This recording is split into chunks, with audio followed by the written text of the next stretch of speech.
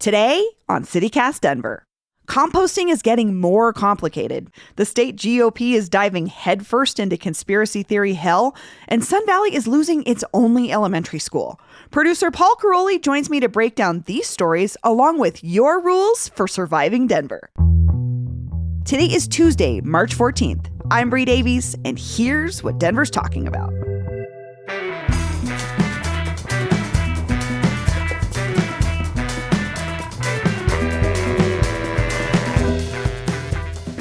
Hey, Paul. Good morning, Bree. Good morning. It's Tuesday. We're talking the news. Here we are, living it. You know what we gotta start with. I do. You promised a special update from your anonymous source inside Casa Bonita, who I am skeptical of, but I am still very curious to hear what this person has to say. Okay, clarification. This Please. particular information is not from that inside source. Okay. This is from direct experience, Paul. Oh, okay. Interesting. Okay. What do you got? Last week, you and I, newsletter editor Adrian, and our significant others went to Urban Putt downtown. Remember? Mm-hmm. Played a great couple rounds of miniature golf. Fantastic place if you guys haven't been there. Loved it. Cool spot. Cool spot.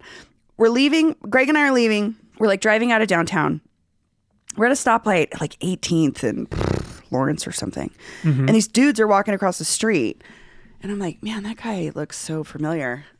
I'm like thinking I know him from like the club. I don't know. know where I think I know him. And Greg goes, oh my God, that's Matt Stone from South Park.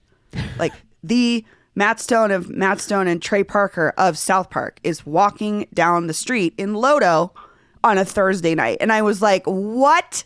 And he was like, okay, turn, drive up, pull over. We'll pretend like we're parking. I'm going to pretend like I'm putting money in the mirror. This is how my husband Greg's mind is like always networking. He's like the smartest guy in the world. He's like, and I'm like, my least favorite thing, Greg, is to bother famous people. I hate it. I want him to like let them be. He's like out with his friends having a drink. He's like, whatever. I'm so on Greg's side.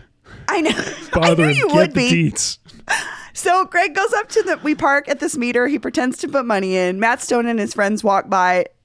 Again, my husband goes, hey, are you the guy from basketball? Great reference. And he's like, yeah, hey man. And like they shake hands or whatever and they keep walking. And then his friend goes, it's late. You don't have to put money in the meter. He's like, what? Yeah, you do. This city's always trying to take money from us. And they're like, oh, and they kept walking. So that was it. Okay. But two things. One, he's in town, right? He's in town. He's got to be dealing with permitting. I mean, this means we're really getting there. Because he's not, you know what I mean? He's probably not on site every day. They have contractors to do that stuff. So Matt Stone is in town doing Casa Bonita things, you guys. We're getting there. May is real. That's what I'm saying. Very exciting. And we're not the only ones excited. I mean, last week, Westward had a report that there's this Facebook group going around that has more than 11,000 people who have signed up to wait in line. Oh, yes. And there isn't even a date yet. You and me included are on that RSVP list, Paul? I am a yes on the group. Yeah. I'm looking forward to it. I can't wait. I want to go and record. I want to do some kind of an event. I know you love man on the street interviews. Person on the street interviews are like Paul's jam. Mm-hmm. Also, one more thing. The reason I was like, honey, why did you say basketball? I mean, other than my husband loves basketball and Orgasmo or whatever their other weird movie is. And he goes, because everybody tells him he's the South Park guy. If I say I'm the I say basketball and then he's in town, I rub elbows with him at another party. I can say, hey man, I recognize you as the basketball guy, so he'll remember me. So this is how my husband... Interesting strategy. Oh my God, he's like so smart. So just so you know, we may one day meet him because my husband said, hey, you're the guy from basketball. So at any rate, I know that's not news, Paul, but it was just like an inkling of what's to come to me. Yeah, it's ambient news, I would say. I've been holding that information for like 5 days from you, just so you know. Well, I appreciate it, and I appreciate the update. It is good to know that he's in town and they're working on it. Yeah, pretty cool. Pretty cool. It's starting to happen. I'm starting to feel it. Starting to feel it in my fingers. It's getting close. Me too. I can't wait. Okay, but on to the real news. Last week, we had a GOP strategist, Dick Wadhams, on the show to talk about WTF is wrong with the GOP in Colorado, and is there any turning back from where they are? And Paul, I think you have some news. We were talking to him in advance of this GOP leadership vote, like the chair of the person that will oversee the GOP in Colorado. How did that vote go? Yeah, so it was a 6-person race, and then the vote played out in Loveland on Saturday. Some of the candidates were people like Eric Odland, who ran against Brittany Pedersen in Colorado District 7 last November. Tina Peters, the election-denying clerk and recorder from Mesa County. Alleged cop kicker, exactly. And it turns out who the state GOP elected was a guy named Dave Williams out of Colorado Springs. And so if the question we were posing to Dick Wadhams was like, what does this vote represent? What is the strategy for the GOP? We got an inkling from Mr. Williams in his victory speech. This was reported by coloradopolitics.com. So I'm going to quote from the speech. Williams says, "Our party can win again, but only if we first reject their failed leadership and go on offense," he says, blasting the media, quote unquote, crooked politicians and GOP political consultants. He says, quote, "I'm sick and tired of our party always being on defense. We need to go on offense, offense, offense." If you haven't, listeners, if you haven't heard our interview with Dick Wadhams, I would say it's very revealing, especially if you happen to be more left leaning like I was. It was very eye opening for me to hear from Dick, his perspective. But I wonder, maybe we should check in with Dick, because I'm so curious what he thinks now that we got this guy, Dave Williams. Did we mention why Dave Williams kind of got famous? Yeah, well, I mean, I don't know if I could predict what Dick Wadhams would say about this, because his whole perspective was, if the GOP wants to win again, they have to move away from Trump and these election deniers. Dave Williams is not that at all. He is an election denier.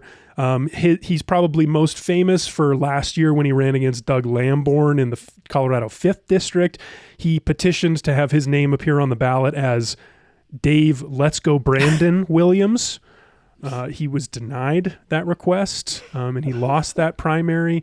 But he was previously a state lawmaker representing the Springs. He introduced bills to ban abortion, to punish local governments providing services to undocumented immigrants, stuff like that. And that's according to Colorado Public Radio. So that's the kind of guy Dave Williams is, in the direction of the GOP for at least the next 2 years.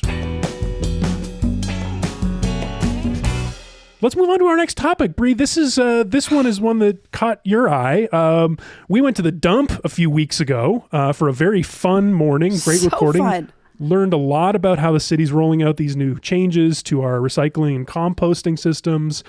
Composting, the free weekly composting pickups are still not set to begin until the summer, but there have been some changes recently. Is that right? Yeah. So the city contracts with A1 Organics, which is a compost processor. So something has to be, you have to take the organic materials and process them in a way that they can become mulch and be used by gardeners and landscapers. A1 Organics has been saying for the last probably year, a lot of the organic material they get from Denver composters is contaminated. So they're finding, honestly, the worst offender, which I thought was wild, that they find in the organic materials composting bin is glass bottles. So I don't know why or how people are putting glass bottles into compost, but if you do, it gets ground up in the machines, and then thousands of shards of glass end up in what would normally be used by gardeners and landscapers, but then they can't use that whole load because it has contaminants in it. The other issue they were having was adhesive produce stickers. When you buy something at the store, it's got a little number or a barcode on it. People don't remove those. Plastic knives were also common. But the other thing that was an issue was the confusion around compostable takeout.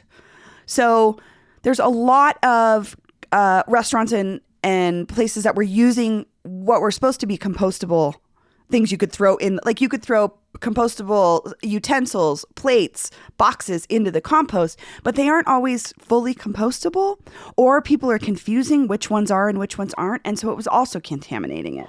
So basically the big change is you used to be able to put coffee filters, tea bags, paper towels, paper napkins, even greasy pizza boxes you could put in the compost. No more. Starting in April, I think it's April 1st, food scraps only. So organic material, plant and animal. So you could put like, I don't know, chicken bones and old lettuce that goes bad, but you can't put all of those paper things. You can also do yard trimmings, leaves, grass from your mower, but that's it. That's all. Wow, that's quite restrictive. It's huge. It's a huge change. I'm already frustrated when I go to put my tea bag in the compost, and I'm not supposed to do that anymore, so I don't. But what I will say is my mother is a very nosy Nancy, and she likes to follow the rules. And a couple years ago, she contacted Celestial Seasonings to make sure that their tea bags were compostable, and they're actually not. Really? Yes, because some tea bags, they use a tiny amount of adhesive, or some of the bags itself have plastic woven in them. So it's too big of a gamble, unfortunately, for A1 Organics for us to do that, because it kind of ruins their whole thing. So going forward, April 1st, food scraps only, yard trimmings only, period. No ifs, ands, or buts. So okay. Good to know. And of course, I want to give a shout out to a friend of the show, Sam Brash at CPR, who's done extensive reporting on the composting situation. And he's really helped me. He's really laid it out to help me understand how this composting situation works. So we'll put a link to that, a couple of those articles in the show notes.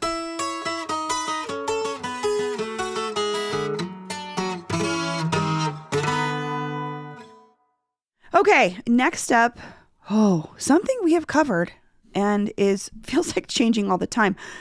We're talking about school closures because Superintendent Marrero has again put some schools forth for a conversation around the consideration of closure. And last week, the DPS board voted on closure of 3 schools. Paul, can you lay out what's going on here at this moment? Yeah, I mean, so to catch people up on this situation, it's been brewing across Denver Public Schools for a few years now. Mostly because of declining enrollment, which means declining funding. Because of the way DPS is funded, each school gets a certain amount of money per student. So if students stop going to certain schools, then those schools don't have money to pay for things like, I don't know, a dedicated janitor or art classes or gym classes. And then if you go to that school, you're just getting a worse quality education. You're getting less options. And so the story, at least in the last few months, has been last October, Marrero recommended closing 10 schools. There was a very passionate and heartfelt debate on the school board, and they ended up saying no. There was a period of negotiations, but they said no to any school closures. But because of the declining enrollment and the funding situation DPS is in, the issue came back to the fore a couple of weeks ago. Marrero proposed closing 3 schools, and the board said yes. And these were unanimous votes to close these 3 schools, except for one case. Fairview Elementary in Sun Valley was a 6-1 vote, with only Director Aonte Anderson voting no. The 2 other schools that were voted for closure were Math and Science Leadership Academy and Denver Discovery School, according to Melanie Asmar at Chalkbeat. Yeah, the Fairview vote, where Vice President, Board Director Aonte Anderson was the lone no vote, did not want to close Fairview. I want to talk about a little bit for folks who maybe don't know the Sun Valley area. So Sun Valley is the neighborhood you may be most familiar with, as it's next to Mile High Stadium. It's where Meow Wolf is. It's a very small community, I will say that. But it's honestly, I think it has one of the youngest populations in the city. I could be wrong. I know it's one of the lowest income zip codes in the city as well. But the struggle here is this is the only elementary school in the neighborhood. So through school choice, a lot of times you might have in my neighborhood, within, I'd say, a 5-mile radius, my son has 6 options for elementary schools. In Sun Valley, Fairview is the only one. And the particular struggle, I think there's a couple things going on here, but Sun Valley is bordered by the highway, by Federal Boulevard. I mean, it's kind of boxed in by dangerous car infrastructure. So if you think about elementary school age kids having to leave their neighborhood to go to school, while the district has promised transportation to and from, I mean, anybody that has gone to elementary school or has kids in elementary school knows they don't just go back and forth. There's events, there's programming, there's all kinds of things. Maybe you have to pick up your kid from school.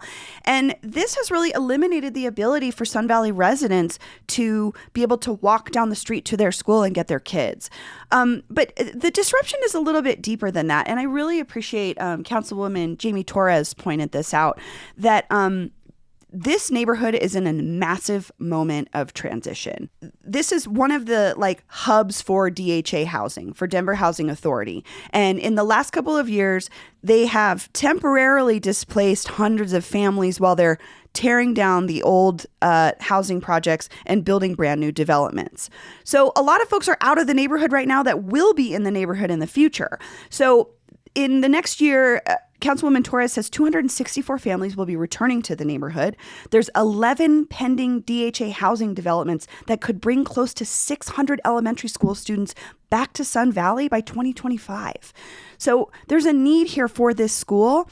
And I think the disruption aspect of taking a school out for a couple of years and then putting it back, we have to remember those first years as a kid, that disruption is huge. You get pulled out of your neighborhood to go to school, and then you may get put back.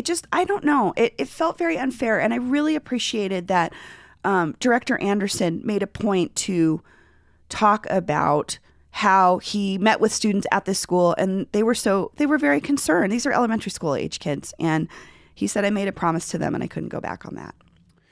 Yeah, this is one of those issues where it just doesn't seem like there's a right answer, because for this neighborhood, the value of having a school down the street is huge, and having to cross Colfax or cross I-25 to get to an elementary school, that just feels very daunting and dangerous.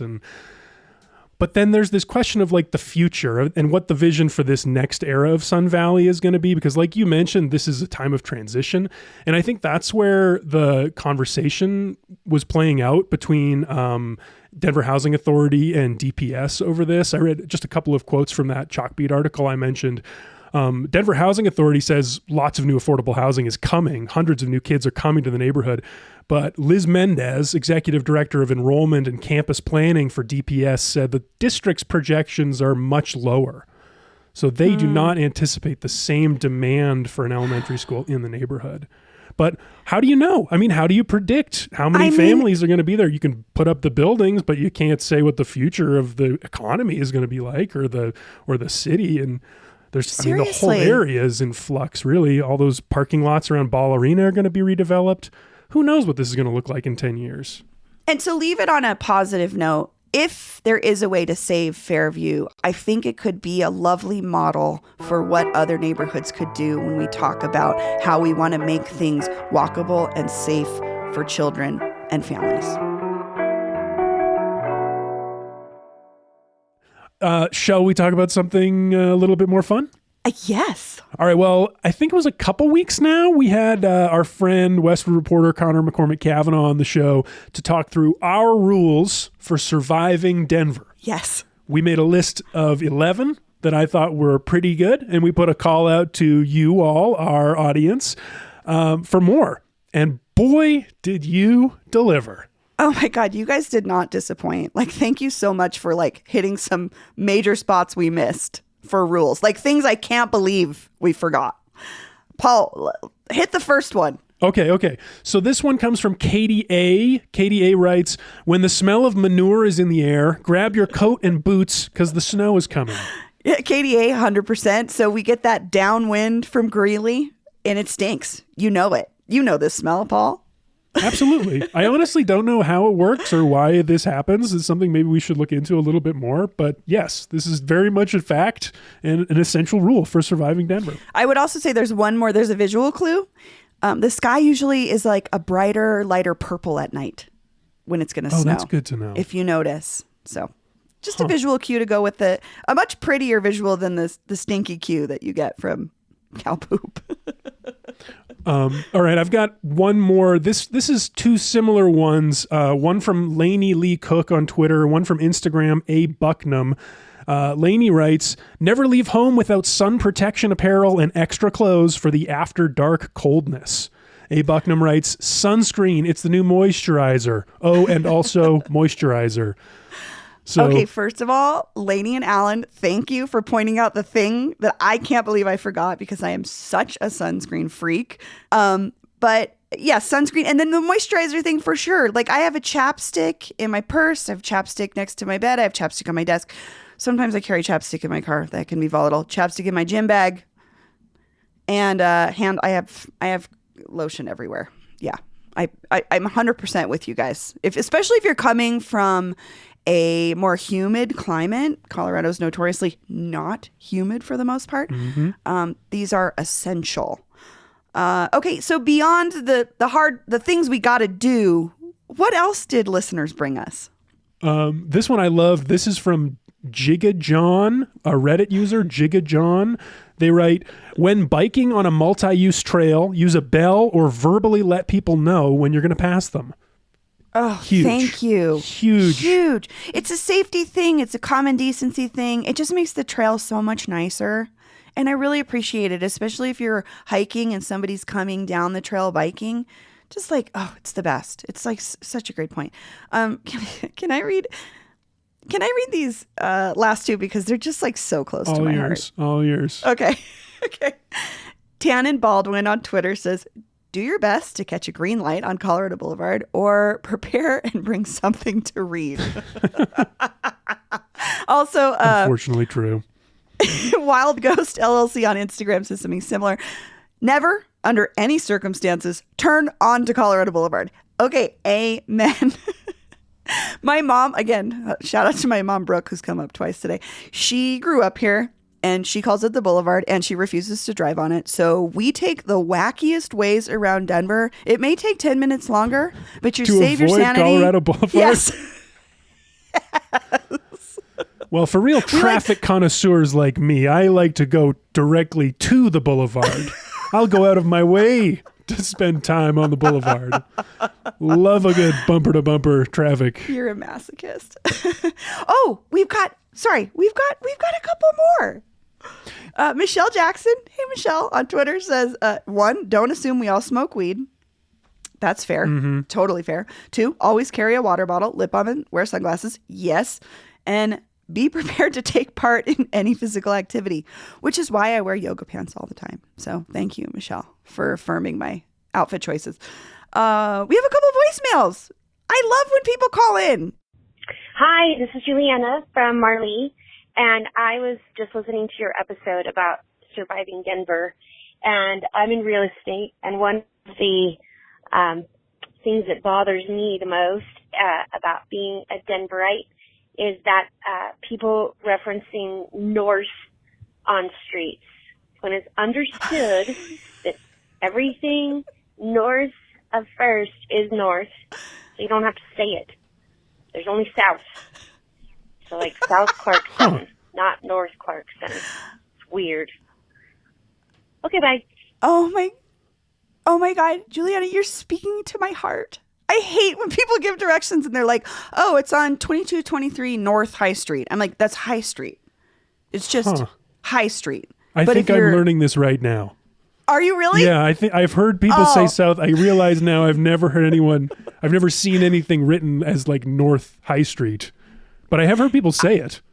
I've started to notice it more in directions and when places are listing their address, and it drives me nuts, and I don't know where it came from, and it's probably some weird colloquial thing about when we were so small it didn't matter, but if you want to sound like a local, I'm with Juliana. Just leave the north off. Good rule. Good tip. Yeah. Okay, we've got one more. Hey, CityCast. Love the show. This is Tim. I'm on the west side. A rule for Denver is snow tires. Snow tires are real. They actually work. So the rule for Denver is to go ahead and get those snow tires and get them on before the first storm. everybody runs to Costco as soon as it starts snowing and tries to get their snow tires on. So snow tires, get them early, use them. Thanks.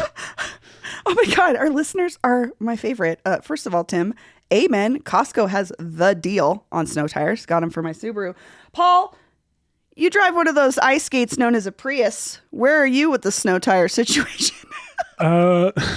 Embarrassed? I don't think I've ever actually put snow tires on a car or had them put on. I guess I should.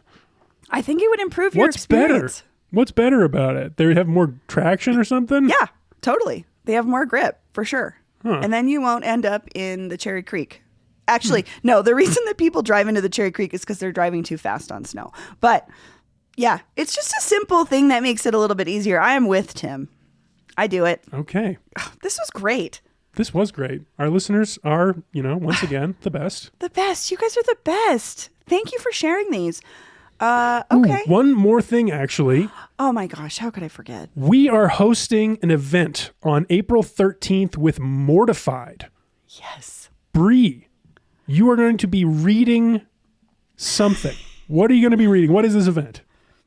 I'm going to be reading straight from, unedited, my middle school and high school diaries on stage at the Oriental Theater in front of all of you with some other brave folks who are Denverites like you and are willing, for some reason, like me, to share our most embarrassing moments that we have written about personally in our diaries. And I will tell you, I went to a Mortified event last year and I have not laughed that hard in a long time. So if you don't have the experience of being a journal writer, just know that the things we put in those journals when we're kids is the most god-awful, embarrassing things you could imagine, but they're so universally understand. You'll identify and you'll align and you will have such a good time. But yeah, it's Mortified Live happening April 13th. If you want to hype us up and get us ready for this episode or for this live event, you can call us at 720-500-5418 and share your own angsty, cringy, embarrassing teenage memory. Maybe a page from your diary. We'll read them on the show. We'll pick our favorite and you'll win 2 tickets to see Mortified Live with CityCast Denver, April 13th, Oriental Theater. Our number again for the Teenage Angst hotline is 720-500-5418. All right, Paul, thank you so much. This was great. Thank you, Bree. See you tomorrow.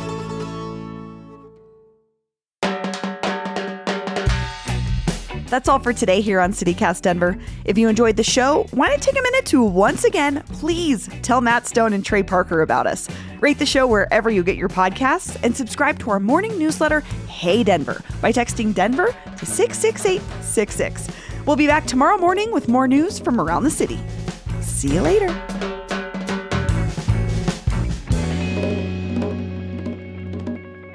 Do we need to say no? Feels like it just doesn't end right. It doesn't boink. Yeah.